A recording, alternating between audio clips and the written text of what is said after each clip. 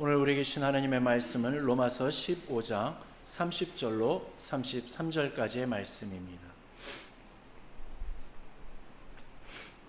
신약성경 로마서 15장 30절로 33절 말씀 제가 봉독해 드리겠습니다.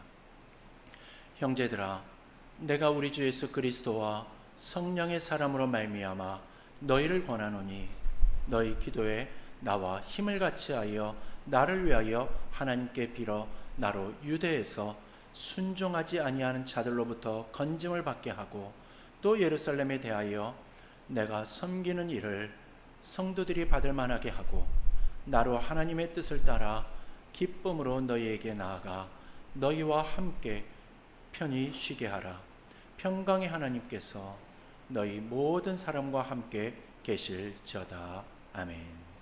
이 말씀은 살아계신 하나님의 말씀입니다. 기도하겠습니다. 하나님 아버지, 우리들에게 이 시간 허락하여 주셔서 주님의 말씀을 사모하게 하여 주심에 감사드립니다. 주님의 말씀에 귀 기울이게 하시고 주님의 말씀을 통하여 다시금 우리들의 삶이 변화되어지고 다시금 소생되어지는 영혼의 기쁨을 누리게 허락하여 주시옵소서. 모든 시간 주님께서 말씀하시고 주장하여 주실 줄로 믿사오며 예수 그리스도의 이름으로 기도드리옵나이다. 아멘.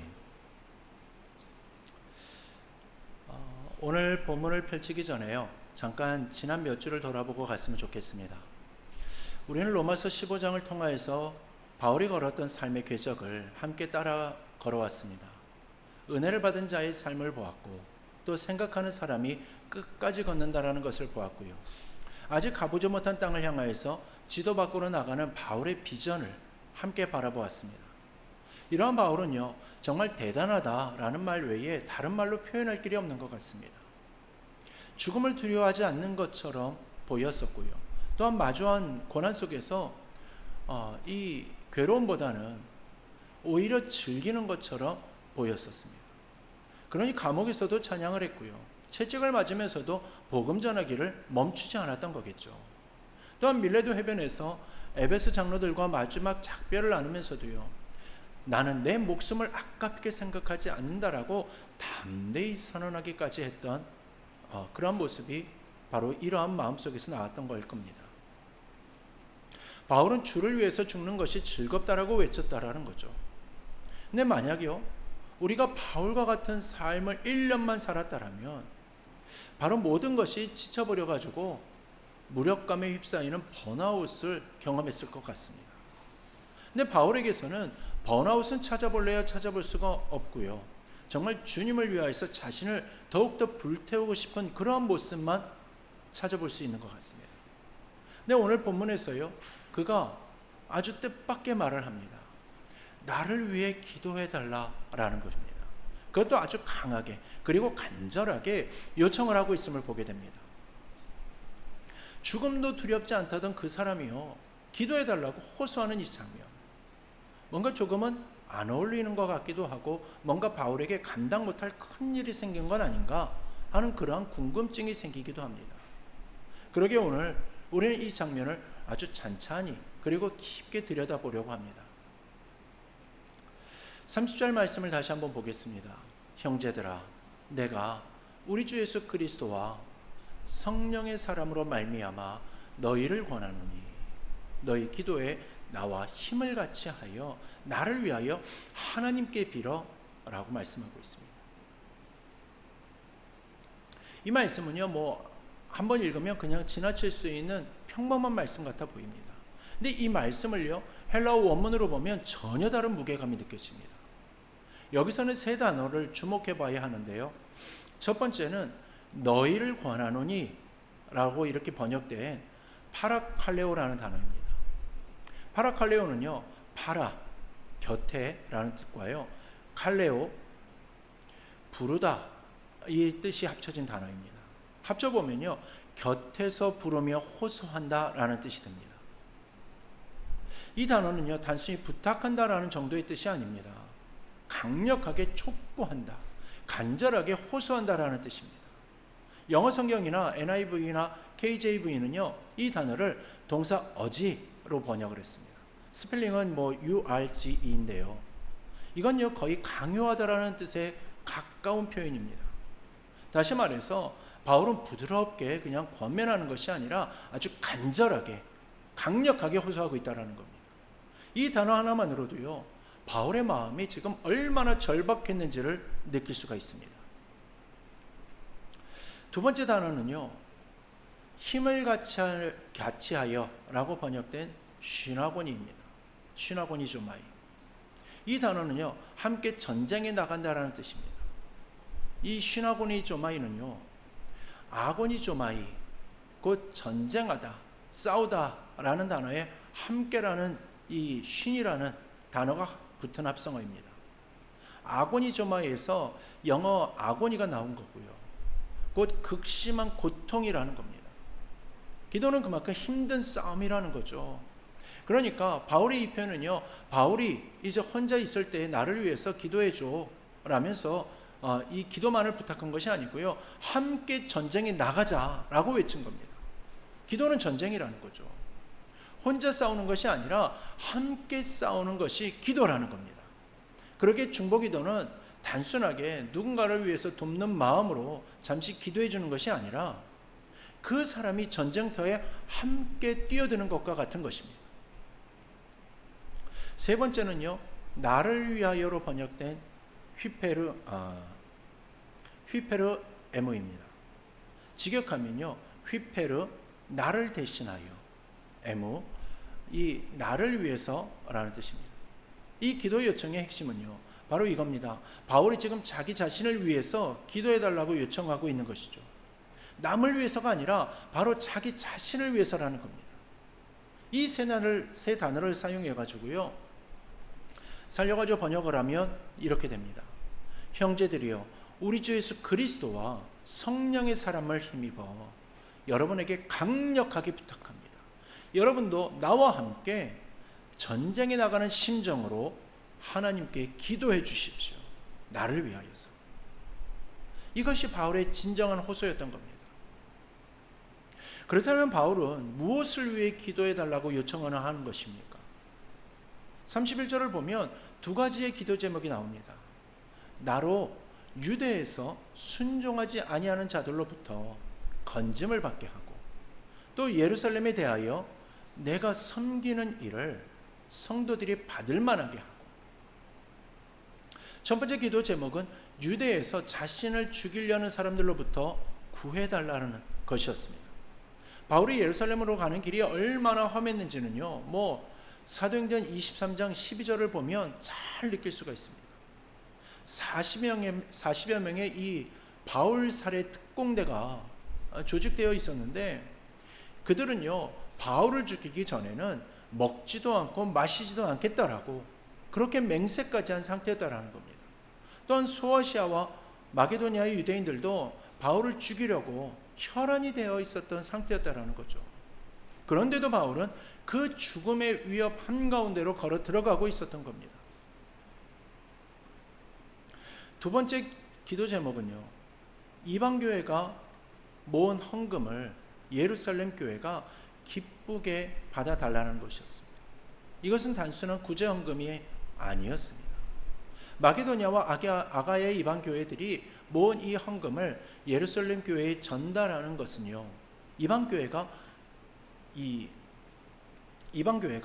유대교회로부터 정당한 그리스도의 교회로 인정받는 아주 중요한 신학적 사건이었던 겁니다. 당시 예루살렘 교회는요, 바울이 이방인 사역을 하는 것에 대해서 탐탁지 않게 여기고 있었습니다. 이방인들이 할례도 받지 않고 유대 율법도 지키지 않으면서요, 크리스천이 될 수 있다라는 이 바울의 주장에 대해서 강하게 반대하는 그러한 사람들이 많았던 거죠. 그런 상황에서 이방교회가 모은 헌금을 예루살렘 교회가 받는다라는 것은요, 이방교회를 정당한 그리스도의 교회로 인정한다라는 선언이 되는 겁니다. 헌금이 두 교회 사이에 하나됨을 만들어내는 다리가 되는 것이었죠. 바울은요, 고린도서 9장 7절로 8절에서요, 헌금의 진정한 의미를 이렇게 설명했습니다. 각각 그 마음에 정한 대로 할 것이요, 인색함으로나 억지로 하지 말지니 하나님은 즐겨내는 자를 사랑하시느니라. 하나님이 능히 모든 은혜를 너희에게 넘치게 하시나니 이는 너희로 모든 일에 항상 모든 것이 넉넉하여 모든 착한 일을 넘치게 하게 하려 하십니다. 헌금은 하나님의 모든 착한 일을 넘치게 하기 위한 통로라는 겁니다. 바울이 목숨을 걸고 이 헌금을 예루살렘까지 가져가려 했던 이유가 바로 여기에 있었던 거죠. 근데 오늘 본문에서 가장 마음에 남는 구절이 있습니다. 32절 말씀인데요. 다시 한번 보겠습니다. 나로 하나님의 뜻을 따라 기쁨으로 너희에게 나아가 너희와 함께 편히 쉬게 하라. 쉬고 싶다. 어쩌면 이것이요 바울의 솔직한 고백이었을 겁니다. 불에 타서 사라지고 싶다던 그 바울이 쉬고 싶다라고 말을 하는 겁니다. 주를 위해 죽는 것이 즐겁다라고 외쳤던 그 사람이 로마에 가가지고 성도들과 함께 편히 쉬고 싶다라고 말을 하고 있는 것이죠. 이 말이 우리들에게 아주 중요한 것을 가르쳐 줍니다. 바울도 지쳤었다라는 겁니다. 또한 바울도 두렵고 외로웠다라는 거죠. 이걸 보면요, 바울은 우리와는 다른 존재가 아니라 바울 역시 우리와 똑같은 사람이었다라는 겁니다. 여러분, 신앙이 깊다고 해가지고 두려움이 없는 것이 아닙니다. 은혜를 받았다고 해가지고 외로움이요 사라지는 것도 아닌 겁니다. 누구나 두려움을 가지고 있고요, 외로움을 느끼는 것, 그것이 인간의 진실입니다. 바울은 그 진실을 숨기지 않았던 거죠. 바울의 외로움은요 나중에 쓴 편지에서 더 선명하게 드러납니다. 디모데후서 4장은요 바울이 로마 감옥에서 쓴 마지막 편지로 알려져 있는데요, 순교를 앞둔 상황에서 쓴 이 편지입니다.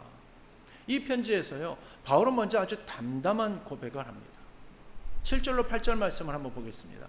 나는 선한 싸움을 싸우고 나의 달려갈 길을 마치고 믿음을 지켰으니 이제 후로는 나를 위하여 의의 면류관이 예비되었으므로 주 곧 의로우신 재판장이 그날에 내게 주실 것이며 내게만이 아니라 주의 나타나심을 사모하는 모든 자에게니라.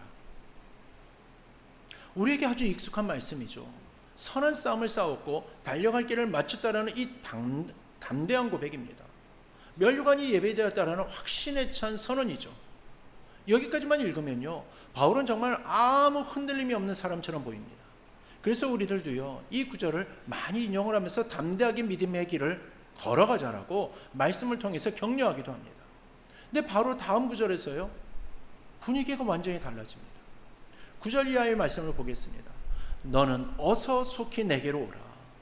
데마는 이 세상을 사랑하여 나를 버리고 데살로니가로 갔고, 그레스데는 갈라디아로, 디도는 달마디아로 갔고, 누가만 나와 함께 있느니라.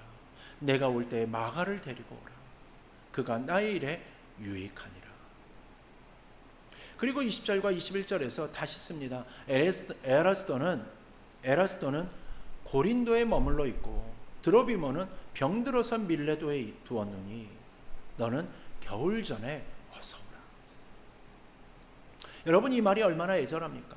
어서 속히 오라. 겨울 전에 오라. 이 말을 쓸 때 바울의 마음이 어땠을지를 한번 생각해 보십시오. 함께 있던 동역자들이 하나둘 떠나갔습니다. 데마는 세상을 사랑해서 떠났고 그레스게와 디도도 각자 사역지로 떠났습니다. 누가만 남아 있었던 겁니다. 바울이 얼마나 외로웠으면 이렇게 썼겠습니까? 선한 싸움을 다 싸웠다라고 선언한 그 사람이 제발 빨리 와달라고 애원하고 있는 겁니다. 겨울이 오기 전에 오라고 합니다. 겨울이 되면 항해가 어려워지기 때문이기도 하지만요, 겨울의 추위 속에서 혼자 있기가 너무나도 외로웠다라는 겁니다. 이것이 바울의 진짜 모습이었던 거죠. 위대한 사도도 외로웠던 겁니다. 아무리 죽음을 각오한 사람이라 하더라도 곁에 있어줄 사람이 필요했던 겁니다. 이러한 모습이 나타나는 이유가 바로 인간은 불완전하고 연약한 존재이기 때문인 거죠. 그러기에 이러한 모습은요 부끄러운 일이 아닙니다. 그것은 하나님께서 우리를 공동체 안에서 살도록 지으셨다는 증거인 겁니다. 목회와 신학이라는 잡지에 실린 한 사역자의 이야기입니다. 한 교육전도사가 이 사역의 무게와 재정적 압박 속에서 오랫동안 혼자 그 사역의 현장을 지켜왔답니다. 그런데 이 사역자는요, 힘든다라는 말을 하면 신앙이 없어 보일 것 같아가지고 어떠한 표현도 하지 않았고요. 도움을 요청하면 민폐를 끼치는 것 같아가지고 아무에게도 말을 하지 않고 인내가 목회자의 미덕이려니 하고선 그냥 끙끙거리면서 혼자 참고 지냈답니다. 그냥 어쩔 수 없이 강한 척 했던 거고요. 그게 맞는 줄 알고 괜찮은 척 했던 거죠.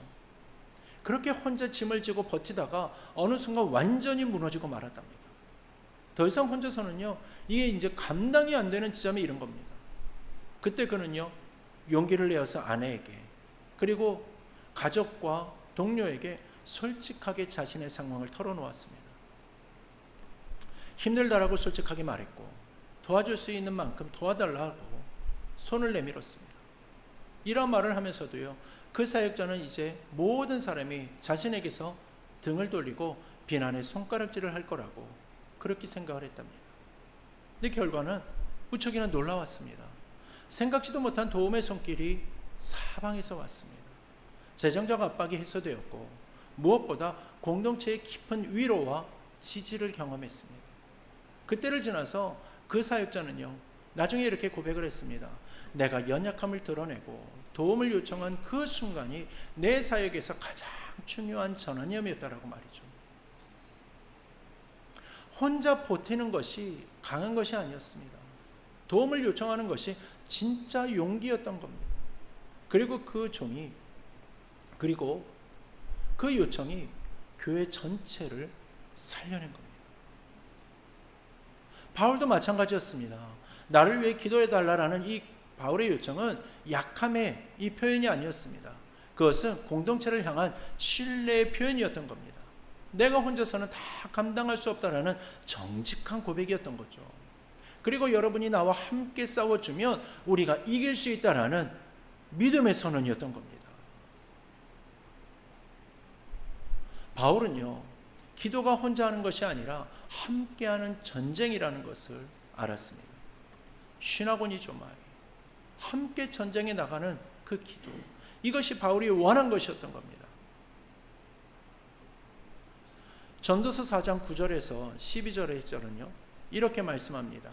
두 사람이 한 사람보다 나음은 그들이 수고함으로 좋은 상을 얻을 것이며 혹시 그들이 넘어지면 하나가 그 동물을 붙들어 일으키려니와 홀로 있어 넘어지고 붙들어 일으킬 자가 없는 자에게는 화가 있으리라. 또 두 사람이 함께 누우면 따뜻하거니와 한 사람이면 어찌 따뜻하랴. 한 사람이면 패하겠거니와 두 사람이면 맞설 수 있나니 세 겹줄은 쉽게 끊어지지 아니하느니라. 공동체가 왜 필요한지를 성경은 이렇게 말을 하고 있습니다. 혼자 있으면 넘어졌을 때 일으켜줄 사람이 없다. 혼자 있으면 추워도 따뜻하게 해줄 사람이 없다. 혼자 싸우면 질 수밖에 없다. 그래서 우리에게 공동체가 필요하다라는 것입니다. 세 겹줄은 쉽게 끊어지지가 않는다. 함께 기도하는 공동체는 끊어지지 않는다. 이것이 바로 하나님이 우리로 하여금 공동체로 묶으신 뜻이자 은혜인 겁니다. 여러분, 우리 삼성교회는요, 서로의 아픔을 잘 알고 있는 공동체입니다. 보이지 않는 눈으로 살아가는 이 어려움을 서로 잘 알고 있고요. 몸이 아프고 형편이 어려운 상황을 서로가 잘 알고 있습니다. 그런데 혹시 이런 생각을 해보신 적 있지 않습니까? 내 형편을 다 알고 있는데 또 기도해달라고 하면 이게 민폐가 되지 않을까? 나만 힘든 것도 아닌데 내 것만, 내 이 아픔만 들어달라고 하기가 너무나 미안한 것 같아. 아마 이러한 마음은 신앙생활 속에서 다들 한 번 이상은 느껴보셨을 겁니다. 그런데 오늘 바울을 보십시오. 바울은 전혀 그렇게 생각하지 않았습니다. 오히려 더 강하게, 더 간절하게 기도를 요청했습니다. 파라칼레오, 강하게 호소하면서 요청을 했습니다. 그러게 나를 위해 기도해달라는 이 요청은요, 민폐가 아닙니다. 그것은 당신을 신뢰한다라는 표현인 거고요. 당신과 함께 싸우고 싶다라는 고백인 겁니다. 당신이 내 편이라는 것을 믿는다라는 선언인 거죠. 이렇게 우리가 기도 요청을 하게 되어졌을 때 그 요청을 받는 사람에게는 어떤 일이 일어납니까? 내가 누군가에게 꼭 필요한 사람이 된다라는 겁니다. 누군가의 전쟁에 함께 나가는 전우가 된다라는 거죠. 그러기에 중보기도를 요청하는 것은요, 요청받는 사람을 귀하게 여기는 행위인 겁니다. 서로의 약함을 드러내고 중보를 요청하는 것이 공동체를 살리는 힘이 되는 거죠. 내가 힘들다라고 말을 할 수 있는 공동체, 나를 위해 기도해달라고 말을 할 수 있는 공동체, 그 말을 들으면 함께 무릎을 꿇는 공동체, 그것이 바로 교회인 겁니다. 바울이 디모데에게 어서 오라, 겨울 전에 어서 오라고 외쳤던 것처럼 우리도 서로에게도 그렇게 말을 할 수 있어야 하는 겁니다. 나 지금 힘들어, 나를 위해 기도해 주십시오. 이 말이 우리 삼성교회 공동체 안에서 자유롭게 오가할 수 있기를 바랍니다. 그 말이 오가는 곳에 하나님이 역사하시고 그 말이 오가는 곳에 공동체가 살아나는 겁니다. 오늘 본문의 마지막 33절 말씀을 보겠습니다. 평강의 하나님께서 너희 모든 사람과 함께 계실지어다. 아멘. 바울은 이 기도 요청의 끝을 평강의 하나님이라는 표현으로 마무리합니다. 왜 평강의 하나님입니까? 그건요, 바울이 두렵고 외로운 상황에서 가장 필요한 것이 평강이었기 때문일 겁니다. 전쟁터로 나가는 사람에게 가장 필요한 것이 무엇입니까? 바로 평강입니다. 또 흔들리지 않는 마음이죠. 그 평강을 주시는 분이 바로 하나님이시다라는 겁니다. 우리가 함께 기도할 때에 하나님께서 그 기도 가운데 평강으로 임하신다라는 것이죠. 빌립보서 4장 6절에서 7절은요, 이렇게 말씀합니다. 아무것도 염려하지 말고 다만 모든 일에 기도와 간구로 너희 구할 것을 감사함으로 하나님께 아뢰라. 그리하면 모든 지각에 뛰어난 하나님의 평강이 그리스도 예수 안에서 너희 마음과 생각을 지키시리라. 기도할 때에 하나님의 평강이 우리 마음과 생각을 지켜줍니다. 혼자 기도할 때도 그 평강이 임하죠. 그런데 함께 기도할 때에 그 평강은 더욱더 넓고 깊어진다라는 겁니다. 신학원이조마이 함께 전쟁하는 기도 안에서 평강의 하나님께서 우리 가운데에 임하시기 때문이라는 거죠. 그 평강이 바울을 예루살렘으로 걸어 들어가게 하는 겁니다. 그 평강이 감옥 안에서도 찬양하게 하는 거죠. 그 평강이 죽음 앞에서도 우리로 하여금 면류관을 바라보게 하는 겁니다. 그리고 그 평강은 혼자 받는 것이 아니라 공동체 안에서 함께 받는 것이었습니다. 오늘 말씀을 마무리하면서 여러분들에게 한 가지 부탁드리고 싶습니다. 오늘 이 자리를 나가시면서 옆에 있는 분께 이렇게 한번 말해 보시기 바랍니다. 나를 위해서 기도해 주십시오. 그리고 당신은 무슨 기도 제목이 있으십니까? 라고 함께 여쭤보며 대화를 나눠보았으면 좋겠습니다. 그 한마디가 공동체를 살리는 겁니다. 그 한마디가 전쟁터에서 전우를 얻는 것과 같은 일을 만들어냅니다. 바울은 마지막까지 공동체를 원했습니다. 혼자서 모든 것을 감당하려 하지 않았습니다. 어서 오라, 겨울 전에 어서 오라 라고 외쳤습니다. 나를 위해 기도해 달라고 강하게 호소했습니다. 그것은 약함이 아니었습니다. 그것은 공동체를 사랑하는 방식이었습니다. 그것이 바로 함께 전쟁에 나가는 믿음의 표현이었던 겁니다. 우리 삼천교회가 그러한 공동체가 되기를 바랍니다.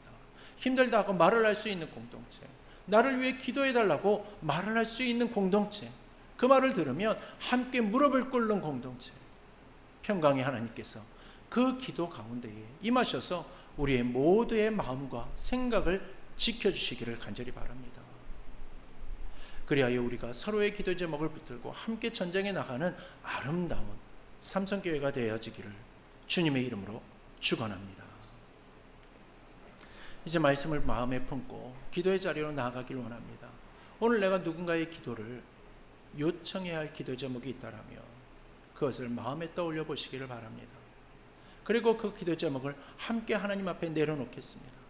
또한 내 곁에 있는 성도들에게 기도를 요청을 하면서 전호와 같은 끈끈하고 깊은 성도의 견인을 이루기를 원합니다. 그동안은 미안함 때문에 기도를 요청하지 못했던 그 모습에서 벗어나서 다시금 내 연약함을 드러내고 기도를 요청함으로써 하나님이 원하시는 아름다운 신앙의 공동체를 이루어가는 회개와 결단의 시간을 갖기를 원합니다. 함께 기도하겠습니다.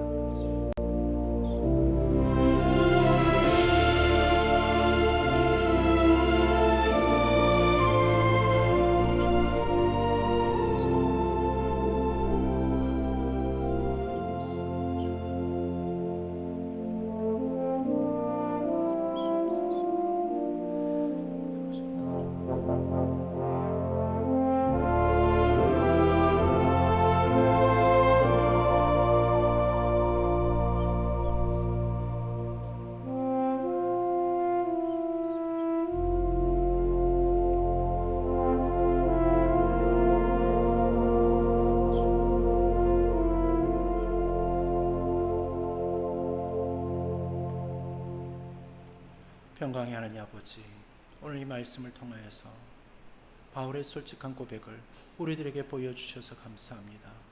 강하고 담대했던 바울도 두렵고 외로웠다라는 것을, 또한 나를 위해 기도해달라고 강하게 호소했다라는 것을 오늘 우리가 보았습니다. 우리도 고백합니다. 혼자 감당하려다가 지쳐버린 시간들이 있었습니다. 힘들다라는 말을 하면 민폐가 될 것 같아서 참아온 날들이 있었습니다. 그 짐을 이제 이 자리에서 내려놓습니다. 우리가 서로의 짐을 함께 지는 공동체가 되게 하여 주옵소서. 나를 위해 기도해달라는 말이 이 공동체 안에서 자유롭게 오가게 하여 주옵소서. 함께 전쟁에 나가는 쉰아고니 조마이의 기도가 우리 삼성교회 안에 넘치게 하여 주옵소서. 그 기도 가운데 평강의 하나님께서 임하셔서 우리 모든 사람과 함께 계셔 주옵소서. 보이지 않아 외로운 날에도, 몸이 아파 힘든 날에도, 형편이 어려워 막막한 날에도 우리가 서로의 손을 잡고 함께 무릎 꿇는 공동체가 되게 하여 주시옵소서. 이제는 우리 주 예수 그리스도의 은혜와 하나님 아버지의 극진하신 사랑하심과 성령님의 위로하심과 교통하심과 역사 충만 감동하심이 언제나 우리와 함께 하시며 우리와 함께 싸워주시는 주님과 우리 성도들과 함께 주님의 이름을 들고 나아가기를 소망하며 다짐하는 우리 사랑하는 모든 성도들 머리 위에 이제로부터 영원토록 함께 하시기를 간절히 축원하옵나이다. 아멘.